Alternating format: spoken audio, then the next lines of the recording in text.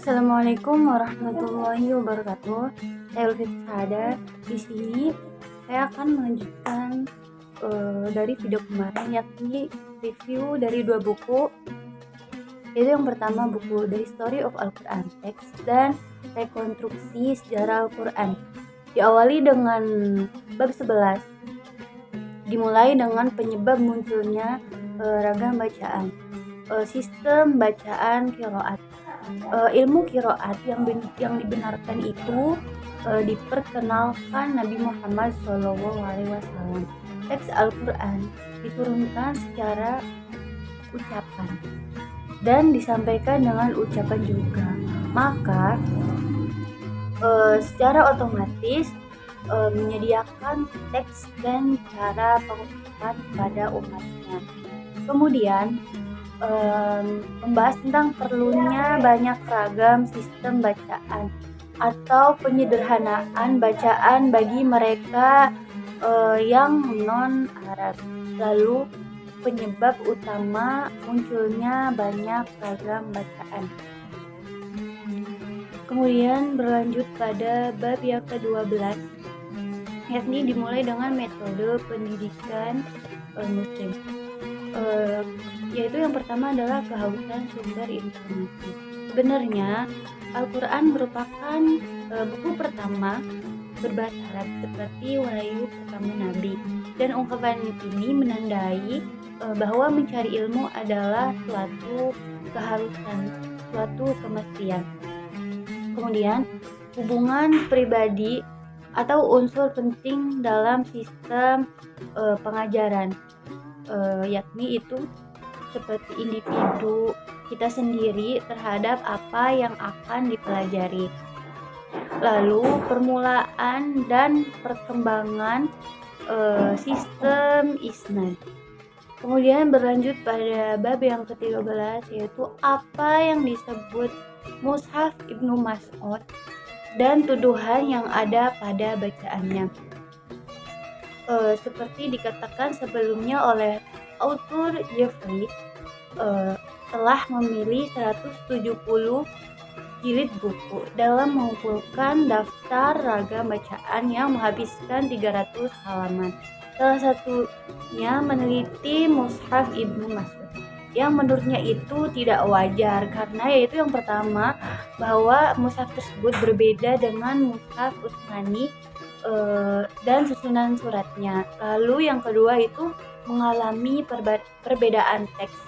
Kemudian yang ketiga adalah tidak memasukkan 3 surat. Namun pernyataan tersebut itu tidak ada seorang manusia termasuk sumber-sumbernya yang pernah menyaksikan hal tersebut, ragam bacaan yang ia katakan. Kemudian berlanjut ke buku yang kedua, yaitu Rekonstruksi Sejarah Al-Quran. Dilanjutkan pada bab yang ke-9, yaitu unifikasi bacaan Al-Quran. Diawali dengan asal-usul keragaman bacaan Al-Quran.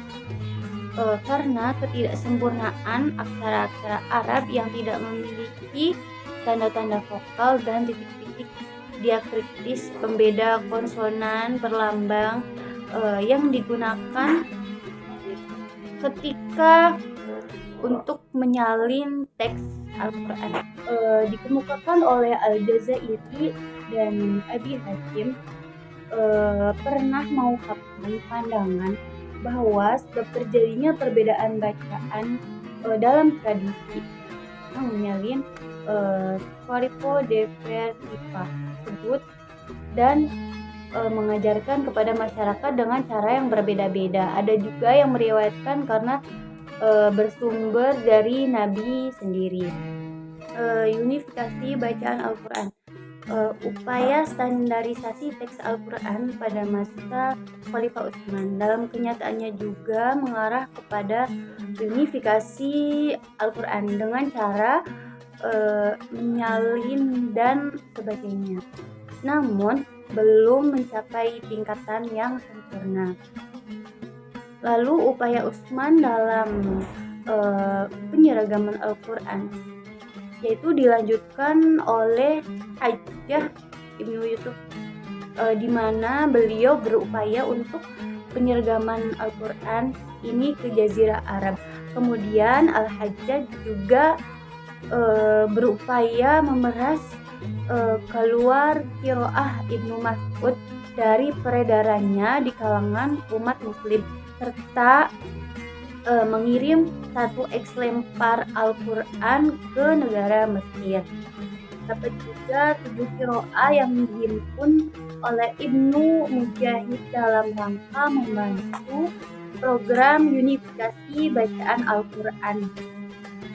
Ketujuh bacaan ini masing-masing memiliki 2 riwayat yang juga memiliki sejumlah perbedaan bacaan. Di antaranya 7 qiraah dan perawinya adalah, yaitu yang pertama adalah Imam Nafi. Imam Nafi ini mukim di Madinah. Lalu perawi pertamanya itu yang bernama Warsi dan perawi yang keduanya bernama Khalud. Kemudian yang kedua adalah Imam Ibnu Katsir. Beliau menetap di kota Mekah. Lalu beliau juga mempunyai perawi. Yang pertama yaitu adalah Al-Bazzi dan yang kedua adalah Qunbul. Kemudian yang ketiga adalah Imam Ibnu Amir. Beliau menetap di kota Damaskus. Lalu perawi yang pertama beliau bernama Hisham dan perawi yang kedua beliau bernama Ibnu Daqqaq. Kemudian beliau menetap di kota Basrah. Perawi yang pertama bernama Al-Duni dan perawi yang kedua beliau bernama Al-Tusi. Lalu yang selanjutnya adalah Imam Asim. Imam Asim ini menetap di kota Kufah dan perawi pertamanya itu bernama Hafiz dan perawi yang keduanya itu bernama Syu'bah. Kemudian Imam Hamzah ini menetap di Kufah. Perawi pertamanya itu bernama Khalaf dan yang keduanya bernama Khalad. Kemudian terakhir adalah Imam Al-Kisai. Imam Al-Kisai ini menetap di kota Kufah. Perawi pertama beliau adalah bernama Al-Duni dan yang kedua itu bernama Al-Harith. Mungkin cukup sekian dari saya, kurang dan kurangnya saya mohon maaf. Wassalamualaikum warahmatullahi wabarakatuh.